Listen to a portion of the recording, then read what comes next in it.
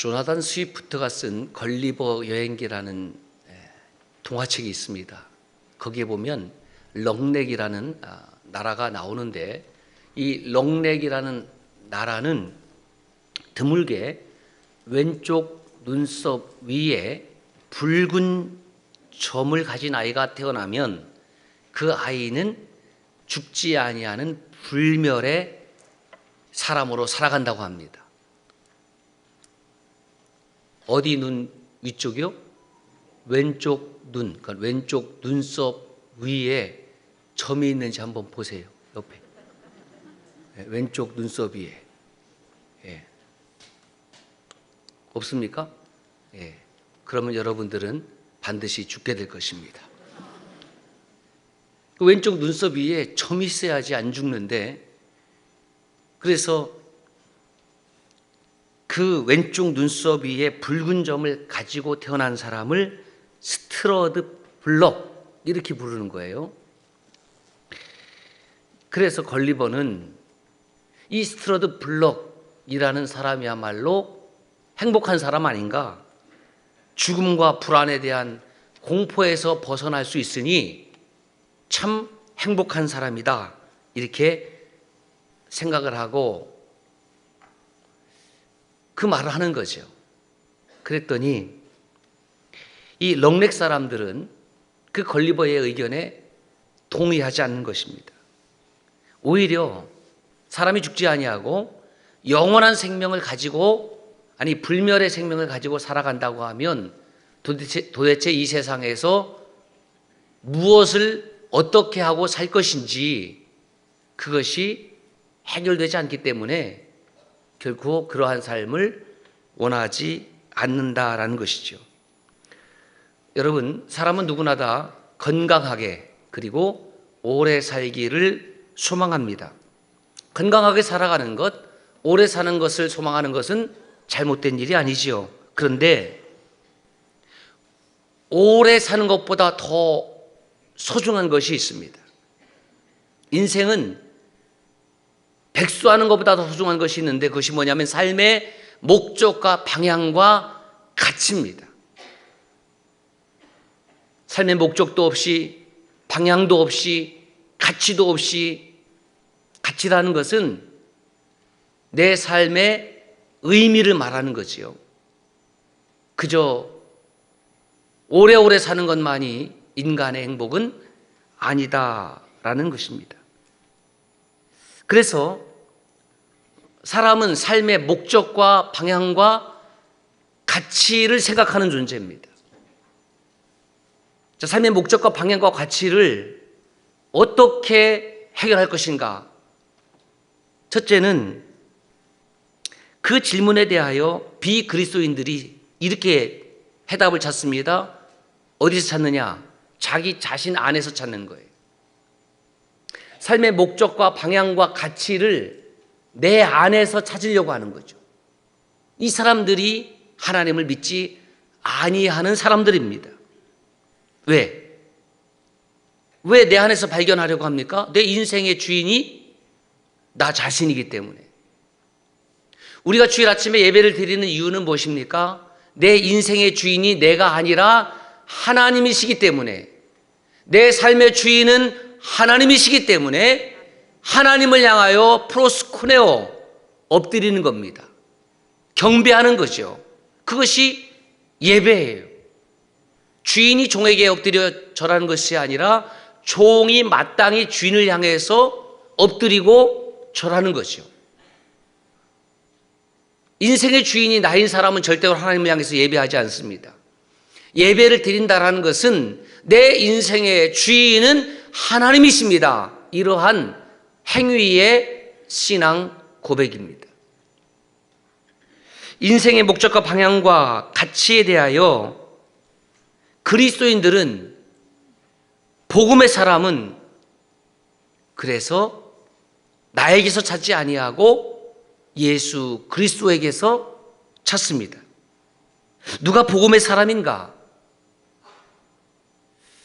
예수님을 아는 사람인가? 누가 복음의 사람인가? 은혜를 받은 사람인가? 그럴 수도 있지만 그렇지 않을 수도 있습니다. 이 시대는 예수님을 모르는 시대가 아닙니다.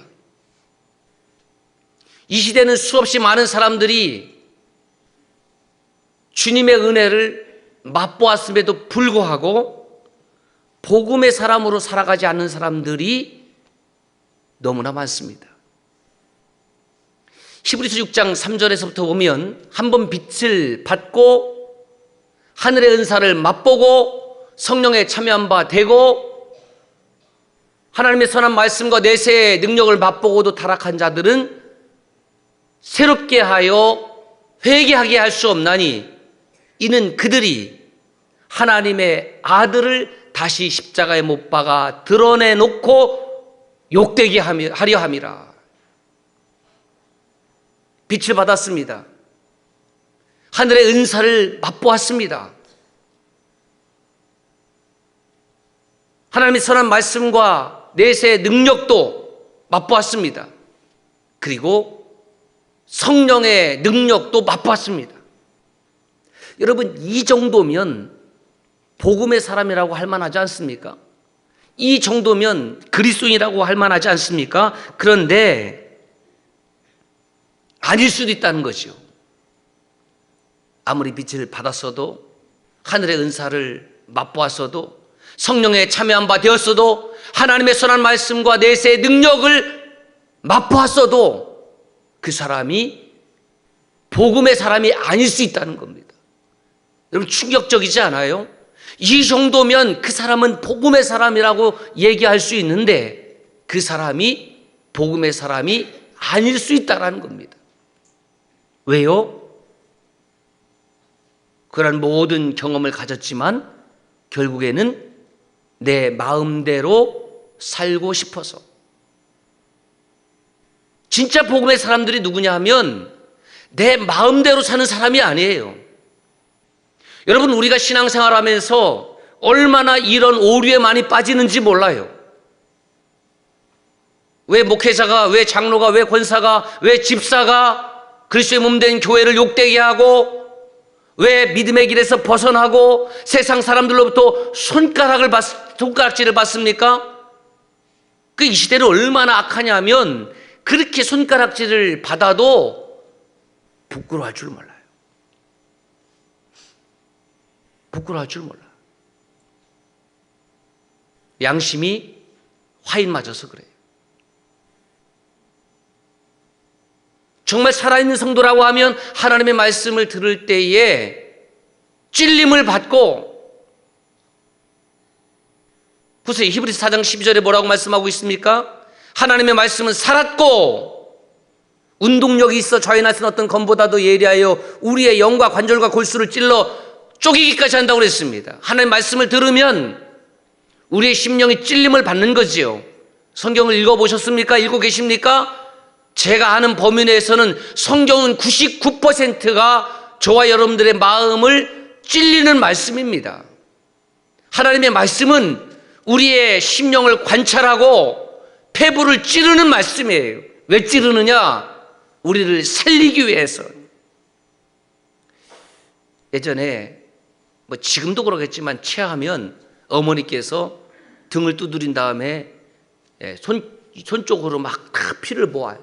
그리고 손가락에다 이렇게 씨를 감고 따줬어요. 딸 때는 얼마나 아파요. 근데 신기하게도 그렇게 따고 나면 아야 소리는 나는데 채기가 내려가는 그런 경험들 여러분 한 번씩 가지고 계시잖아요. 지금이야 소화제도 많고 다른 대체할 수 있는 것들이 많이 있지만은 딸 때는 아프죠. 여러분, 아프라고 따겠습니까? 아픔이 목적입니까? 아니잖아요. 찔림이 목적입니까? 아니잖아요. 그 찔림을 통해서 영적 체증이 사라지고 찔림을 통해서 다시 하나님 앞에 돌아오게 하라는 하나님의 말씀이 99%라는 것이죠. 그런데 1% 가지고 그 하나님의 찔림의 말씀을 다 무시하는 시대가 바로 이 시대다라는 겁니다. 그러므로 이렇게 복음의 사람을 정리할 수 있습니다. 함께 읽어보겠습니다. 시작. 복음의 사람은 예수님을 아는 사람, 은혜를 받은 사람이 아니라 예수로 사는 사람, 십자가로 사는 사람, 진리로 사는 사람, 구원받은 사람이다. 예수를 알고 은혜를 한번 맛본 사람이 복음의 사람이 아니고 나는 복음의 사람입니다라고 얘기할 수 있는 사람은 십자가를 진 사람입니다.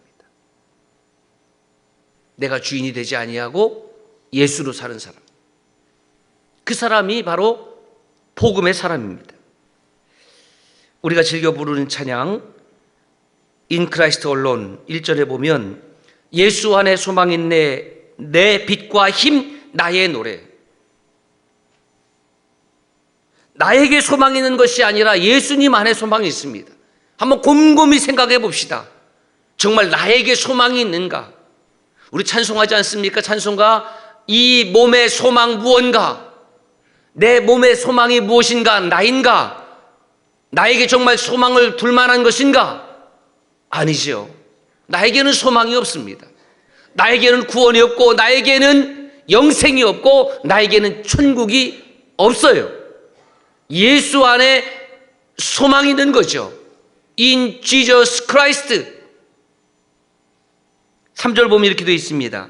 죽임당한 세상의 빛 어둠 속에 누이셨네. 영광스러운 그의 날에 무덤에서 부활했네. 승리하신 우리 주님 원수들을 물리쳤네. 나 주의 것 주나의 것 주 보혈 안에 살리. I belong to the Lord. We belong to the Lord. 나는 주님께 속한 사람이라는 겁니다. 청주서남 공동체 우리 모두는 예수 그리스도께 속한 공동체인 줄로 믿습니다. 사도 바울이 이렇게 고백하잖아요. 로마서 14장 8절에 우리가 살아도 주를 위하여 살고 죽어도 주를 위하여 죽나니 그러므로 사나 죽으나 우리가 주의 것이로다. 내 것이 아니라는 것입니다. 내 인생도 내 것이 아닙니다. 교회 공동체도 어느 특정한 사람의 것이 아니라 오직 예수 그리스도의 것입니다. 할렐루야. 이것이 아멘이 안 되십니까? 그 사람은 이단입니다. 믿음의 공동체가 예수 그리스도의 것이 아니라면 누구의 것이겠습니까? 내가 예수 그리스도의 것이 아니라고 하면 나는 복음의 사람이 아닙니다. 왜 내가 주님의 것입니까? 왜 믿음의 공동체가 주님의 것입니까?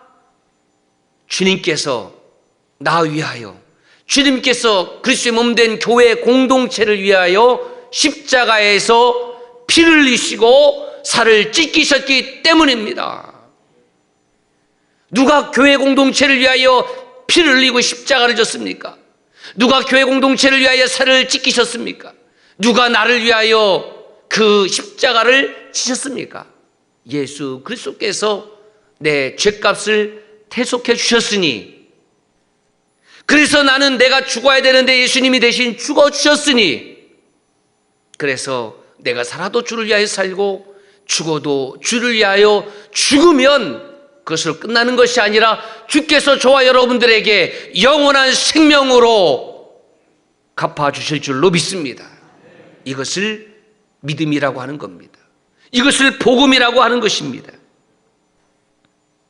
나를 존재케 하시고 나를 영원한 사망에서 구원하여 주실 이는 예수 그리스도입니다.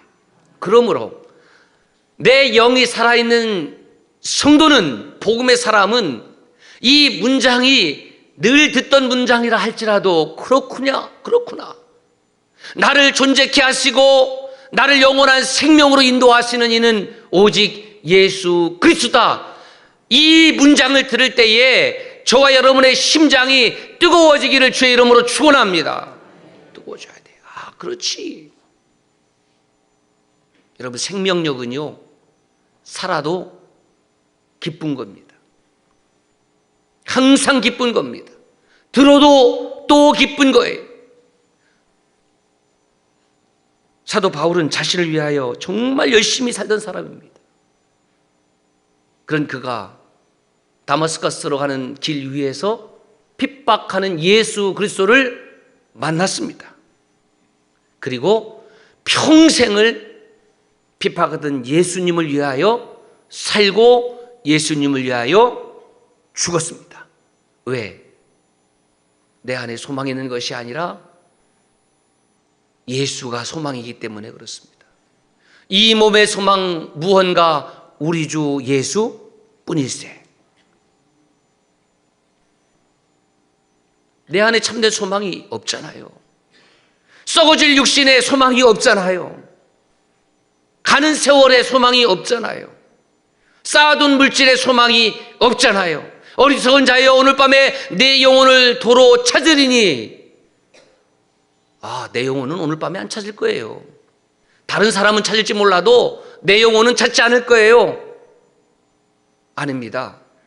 저와 여러분 모두 오늘 밤이 반드시 임한다. 반드시 임한다. 그 오늘 밤에 저와 여러분들을 주님이 찾으시되 찾고 하나님 나라로 인도하는 천국의 문이 활짝 열려진 인생을, 복음의 인생을 살기를 주의 이름으로 축원합니다.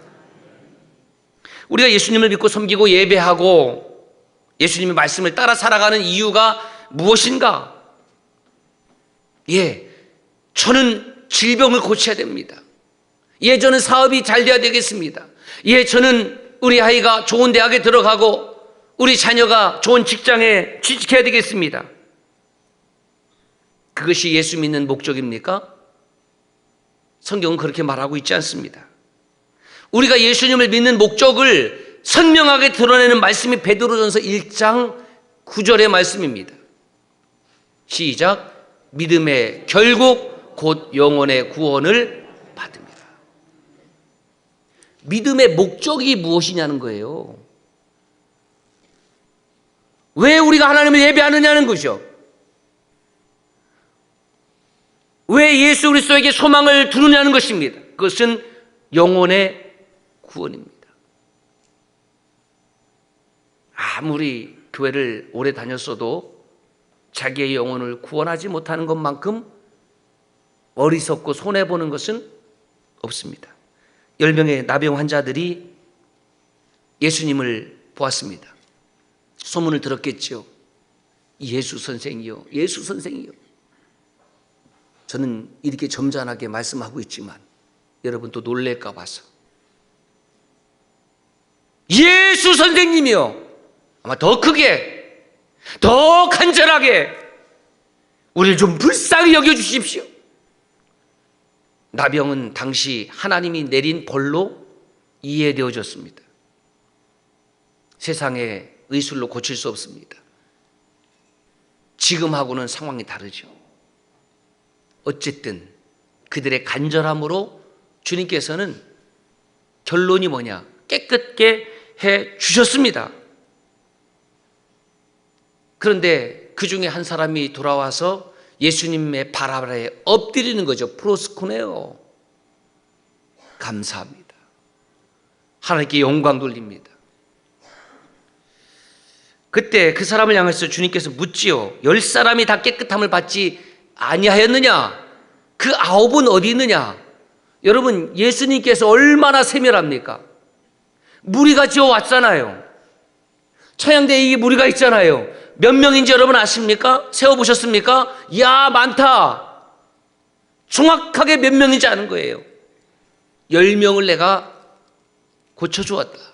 10명에게 은혜를 주었다. 그런데 그 9은 어디 있느냐? 나병 환자들이 예수님을 향해서 간절함으로 부르짖은 목적이 무엇이었습니까? 병 고침을 받는 것이었어요. 그 목적이 성취됐으니까 이제 끝이지요. 계속 볼 일이 있습니까? 놀랍게도 혹시 큰 기대를 하지 않았을지도 모르겠습니다만은 어찌되었든 그 천벌로 이해받던 나병이 깨끗함을 입었습니다. 얼마나 신나겠습니까? 가까이 갈 수 없었던 가족에게 돌아갈 수 있고, 이웃에게 자랑할 수가 있고, 나는 정상적인 생활을 할 수가 있고, 그래서 다 바삐 돌아갔습니다. 원래 유대인과 사마리아인은 유대인이지만 이방인들과 피가 섞였습니다. 그래서 이 남쪽에 있는 유대인들은 북쪽 사마리아 지방의 이 혼혈 유대인들을 이방인들보다 더 나쁘게 취급을 했습니다. 그래서 이 사마리아 사람하고 이 유대인들은 상종을 하지 않아요. 얼굴도 대면하지 않습니다. 말도 섞지 않습니다. 동행할 리 만무합니다. 식사는 꿈도 꾸지 못합니다. 그런데 이 유대인 9명과 사마리아인 1명이 신기하게도 같이 있었습니다. 언제? 같은 질병에 걸렸을 때. 너나 나나 우리가 하나님 앞에서 다 죄인이라는 이 고백이 있을 때는 너와 나 사이에 벽이 없어요. 갭이 없습니다. 그런데 하나님의 은혜를 받고 나니까 거꾸로 벽이 생깁니다. 여러분 생각을 해보세요. 하나님의 은혜를 받고 나면 진짜 있었던 벽도 없어져야 되는 것 아니에요? 성령에 참여한 바 되면 그동안 있었던 벽도 사라져야 되는 것 아니에요? 그런데 신기하게도 죄인으로 머물렀을 때는, 나병 환자로 머물렀을 때는 유대인과 사마리아인 사이에 오히려 벽이 없었는데 은혜를 받고 나니까 너와 나 사이에 벽을 치는 겁니다. 어허, 여기가 어디라고? 너와 나는 원래 다른 사람이야. 여러분, 주님께서 너와 나 다른 사람을 위해서 십자가 지셨습니까? 교회 공동체 위에 나보다 높은 사람이 있고 나보다 낮은 사람이 있습니까? 없어요. 정말 주님의 은혜를 체험한 사람은 그렇게 반응하면 안 되지요. 어쩌면 이 한 사람은 우리 같이 가서 이 질병을 고쳐주신 주님께 엎드려 경배합시다, 감사합시다, 그렇게 이야기했을 수도 있겠습니다. 그런데 그들은 모두 떠나가고 이 한 사람만 주님께 왔습니다. 병이 고침받고 나니까 입장이 바뀌었고 사마리아 이 사람하고는 어울리지 않았습니다. 혼자 돌아와서 주님께 감사를 드립니다. 여러분, 믿음의 다른 말이 있습니다. 믿음의 다른 말은 무엇일까? 저는 반응이라고 생각을 해요. 그가 주님께 받은 은혜에 대하여 어떻게 반응하는지를 보면 그가 믿음 있는 사람인지, 믿음이 있는 척하는 사람인지, 아니면 믿음이 없는 사람인지 알 수가 있습니다. 교회에서 받은 직분도 믿음을 드러내는 직분이기도 하지만 정말 내 믿음이 어떻게 반응하느냐, 그것이 나의 진짜 믿음의 모습입니다. 그래서 제가 이렇게 정리했습니다. 시작.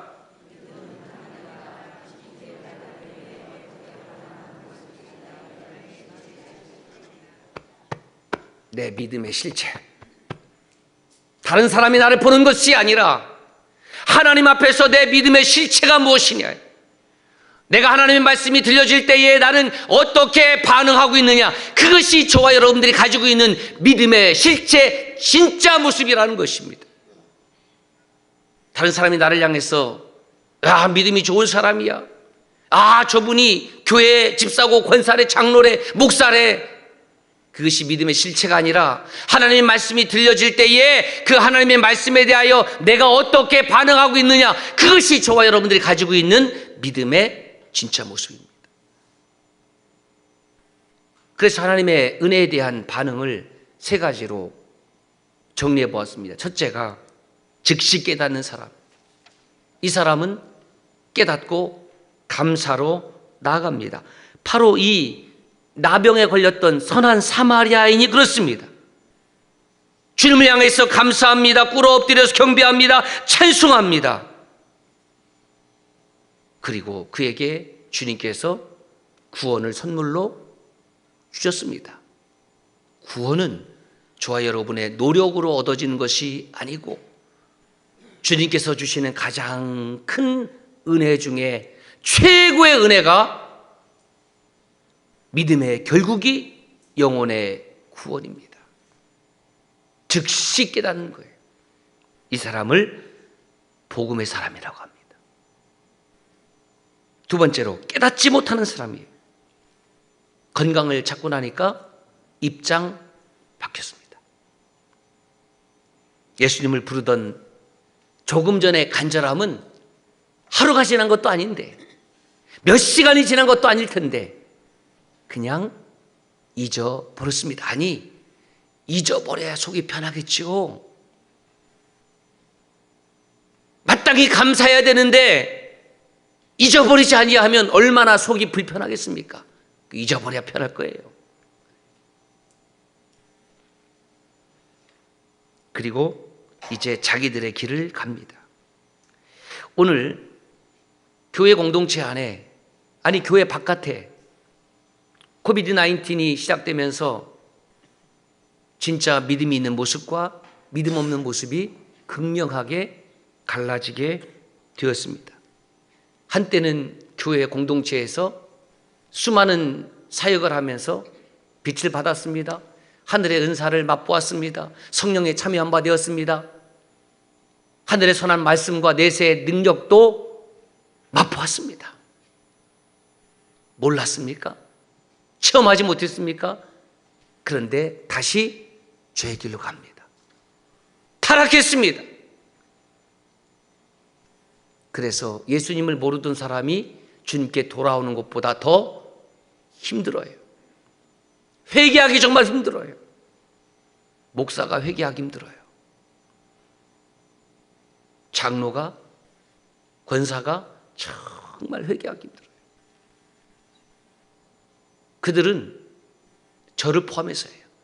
회개라는 말 오면 자기는 제외하고 나 빼고, 혹시 그런 생각을 가지고 있다면 그 사람이 이미 심각한 죄에 오염되었다. 그것이 악이다. 한때 성도로 불렸던 이들이 얼마나 많이 예수님을 떠났습니까? 통계에 의하면 48%래요. 어쩌면 더 많을지도 모르겠습니다. 예수님과 무관한 사람이 아니었는데, 은혜와 무관한 사람이 아니었는데 이제는 무관하게 살아갑니다. 세 번째, 뒤늦게라도 깨닫는 사람. 일찍 깨닫지는 못했지만 뒤늦게라도 깨닫는 사람. 마치 십자가 위에서 같이 십자가에 매달렸던 그 흉악한 죄인처럼 마지막 그 순간에라도 나는 죄인이고 주님은 죄가 없으신 분입니다. 그의 나라에서 나를 기억하여 주십시오. 주님의 나라에서 나를 기억해 주십시오. 정말 뒤늦게라도 깨닫는 사람, 하나님은 오늘 이 사람을 찾고 계십니다. 이 사람들이 바로 우리가 예수님의 구원으로 초청해야 될 여러분들의 가족이요, 친구들이요, 이웃입니다. 여러분, 믿음의 목적은 영혼의 구원입니다. 주님이 주신 은혜의 본질은 우리의 영혼이 구원받는 것입니다. 그러므로 영혼의 구원에 이르지 못하는 믿음은 이미 죽은 믿음입니다. 예배당에 나와 있다고 해서 다 구원받을 거라 이러면 착각하지 맙시다. 내 영혼이 오늘 또 거룩한 믿음의 반응을 통하여 하나님 나라의 백성이요 주님이 내 것이다라는 인정을 받을 수 있기를 원합니다. 하나님의 말씀을 들을 때에 즉시 깨닫기를 바랍니다.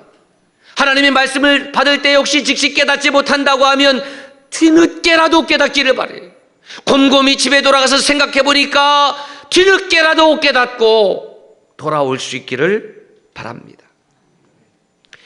C.S. 루이스라는 아주 믿음의 거장이 있습니다. 이분이 이런 얘기를 했어요. 우리가 살고 있는 이 시대는 구도정신을 상실한 시대이다. 이 구도정신을 상실했다는 말이 무슨 말이냐면 현대인들은 더 이상 죄에 대하여 진지한 접근을 하지 않는다는 거예요. 여러분, 죄에 대해서 어디서 얘기를 합니까? 왜 이야기를 하지 않느냐? 그 죄 이야기하면 불편하거든요.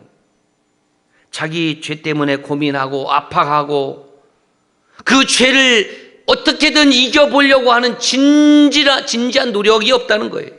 그래서 복음을 들어도 그냥 흘려보내고, 그래서 구원의 감격도 없고, 죄를 이기는, 은혜로 죄를 이기는 복음에 대한 감격도 없고 기쁨도 없고 환희도 없고 맹숭맹숭하게 왔다리 갔다리. 내가 매 주일 앞에 주일날 교회 나올 때에, 예배를 드릴 때에 왜 기쁨이 없습니까? 왜 환희가 없습니까? 저 때문입니까? 목사 때문이에요? 아니 장로님 때문이에요? 아니에요. 그 나 때문이면 제가 사라지면 되지요. 뭐 그 기쁨이 충만하다고 그러면, 장로님 때문이라면 장로님 다 사라지면 되죠. 바로 자신 때문 아닙니까? 예? 나 때문이죠. 구원에 받은 감격도 사라져버리고 은혜도 다 팔아버리고.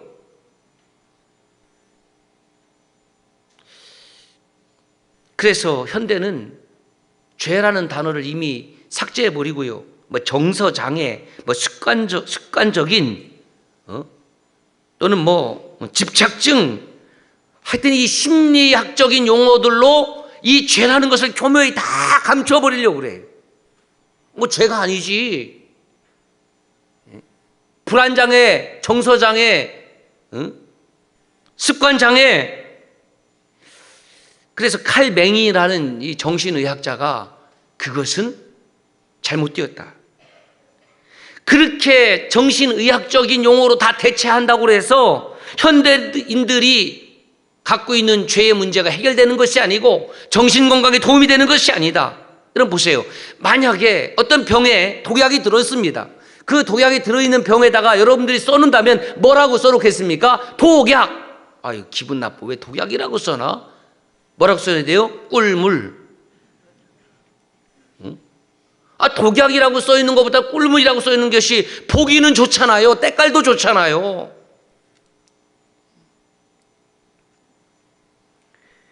독약이라고 써놓으면은요, 보는 사람 기분도 안 좋고요, 그 혐오감을 조장하는 거 아닌가? 예?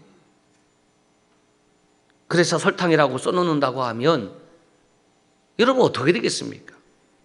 독약은 독약이라고 써놓아야 됩니다. 마시면 안 돼, 써놔야 되는 겁니다. 설탕은 설탕이라고 써놔야 돼. 원고에는 없지만 말씀드린 그런 생각이 나요. 제가 한 5살 정도 됐을까, 6살 정도 됐을까, 제가 살던 그 집 밑에 친구가 살고 있었거든요. 이름이 승종인데, 어느 날 그 녀석이 집에 놀러 갔더니 저를 살짝 다락방으로 불러요. 그 다락방에 뭐 있냐? 그러면 이만한 그 큰 그 소주병 있잖아요. 그거, 응? 대자로 된 거. 거기서 요놈이 손가락으로 뭘 파먹으면서 저한테 권해주는 거예요. 그게 뭐냐면은 흑설탕. 그래서 그 녀석하고 저하고 그 다락방에 앉아갖고 세상에 이렇게 맛있는 것을 처음 먹어봤어요. 6년의 길고 긴 인생을 살면서 6세 된 어르신이, 그래서 그 다락방에서 둘이 죄다 그 흑설탕을 다 파먹고 말은,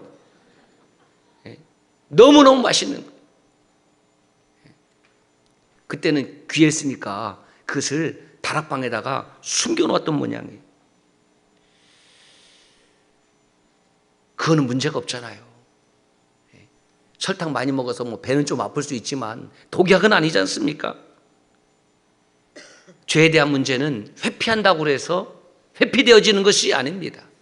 한 번 회개했다고 해서 또 회개할 수 없는 것이 아니고, 주님 앞에 날마다 주의 성령을 내게서 멀리하지 마옵시고 나에게 정직한 영을 새롭게 하여 주옵소서라고 다윗이 기도했던 것처럼, 우리가 그렇게 기도하지 아니하면 우리는 죄로 물들어가고 결국 죄의 삭은 사망입니다. 사람들은 교회 오면 죄를 이야기하기 때문에 싫어합니다. 저 같은 목사는 더 싫어하겠죠. 그러나 죄를 말하지 않고 죄를 외면하면 교회 공동체는 점점점 생명력을 잃어갈 것이고 타락할 것이고 수많은 영혼들이 지옥으로 향하게 될 것입니다. 여러분, 교회 공동체는 죄인을 만들어내는 것이 아닙니다. 죄를 말하고 끝나는 것이 아니라 내 죄의 문제를 해결해 주실 예수 그리스도 그 존귀하신 이름을 선포하는 것이 교회 공동체입니다. 주님은 자신의 피값으로 나의 죄값을 대신하였고 오늘도 교회 공동체 위에 저와 여러분들 그 수술대 위에 올려놓고 말씀으로 온전케 하시고 깨끗게 하여 주십니다. 그러므로 교회 공동체는 멀쩡한 사람을 죄인으로 만드는 것이 아니라 죄인을 의인되게 하는, 한번 따라서 하실까요? 영적 재생공장. 묵상을 저렇게 했습니다. 같이 읽어볼까요? 시작. 교회는 죄인이 의인으로 변화받는 영적 재생공장이다. 그 제 묵상이에요. 이 시대의 영적 각성과 부흥이 일어나기를 원하신다면 저와 여러분 모두 매일매일 자기의 죄에 대하여 정직하고 진지하게 성찰하고 대면하고 그 죄를 모가지를 끌고 십자가 앞에 가는 과정이 있어야 됩니다. 10명의 나병 환자가 예수님을 만난 것은 복이었습니다. 그래서 주님의 은혜로 치유받았고, 그런데 9명은 각기 제멋대로 제 갈 길을 갔고 오직 한 사람만 주님께 돌아왔습니다. 그러면 그렇게 제 갈 길로 갔던 9명은 지금 어디 있는가? 물론 주님께 돌아왔던 한 사람을 포함해서 그들 모두 역시 주님의 은혜를 맛보긴 했지만 영원한 은혜를 맛본 것은 아닙니다. 죽었지요? 언제 죽었어요? 저는 모르지요. 분명한 것은 죽었습니다. 그러나 오직 주님 앞에 돌아왔던 이방인 한 사람만은 일시적인 은혜에서 영원한 은혜로 트랜스퍼 됐습니다. 이것이 진짜 은혜요, 진짜 구원입니다. 그 사마리아인을 향해서 주님이 이렇게 선포하셨습니다. 가라! 주님이 가라고 말씀하십니다. 내 믿음이 너를 구원하였느니라. 하나님께 영광을 돌리고 감사를 드리는 이 사람에게 주님께서 선물을 주시는데 시편 50편 23절에 이렇게 되어 있습니다. 감사로 제사를 드리는 자가 나를 영화롭게 하나니 그의 행위를 옳게 하는 자에게 내가 하나님의 구원을 보이리라. 여러분, 주님께서 10명의 나병 환자를 고쳐주신 목적이 무엇일까요?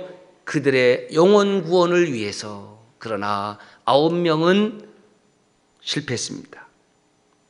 여러분, 그래요. 우리가 오늘 또 예수 그리스도를 필요로 하는 이유가 무엇입니까? 그것은 내 삶의 수단이나 도구가 아니라 예수 그리스도가 저와 여러분들의 삶의 목적이요, 방향이요, 의미요, 가치이기 때문입니다. 그러므로 복음의 사람은 내 삶의 주인을 예수님으로 삼은 사람입니다. 이 주일 아침에 여쭙겠습니다. 당신은 복음의 사람입니까? 이 주일 아침에 스스로를 향해서 물어봅니다. 나는 복음의 사람인가? 기도하겠습니다.